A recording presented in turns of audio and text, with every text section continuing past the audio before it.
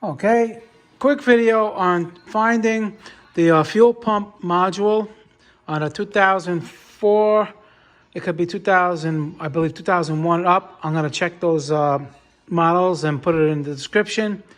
It's called a pump electronics module, also known as the fuel pump module. They go bad on these cars a lot. And where you find it, it's on the passenger side. Fuel tank is going to be around here somewhere. And it's going to be the passenger rear door underneath. We're going to go under now. Okay, it's right where I'm shining my light.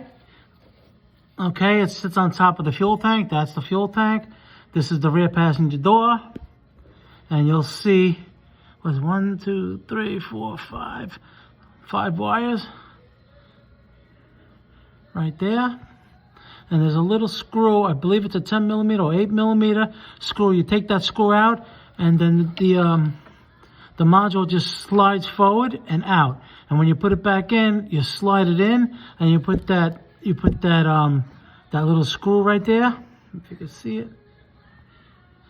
you put that screw right back there, and you're good to go. All right, a little quick video. These things go. They affect the no start condition.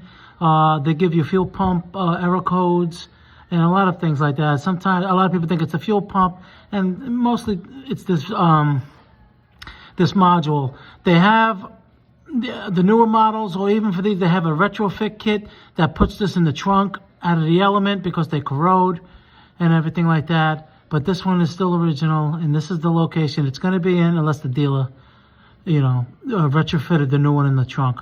In that case, it'll be near the spare tire. All right, guys, Motorcar Nut, please subscribe, hit the like button. Any questions, leave them in the comments, and I'll get back to you as soon as I can. Thanks, man. Bye.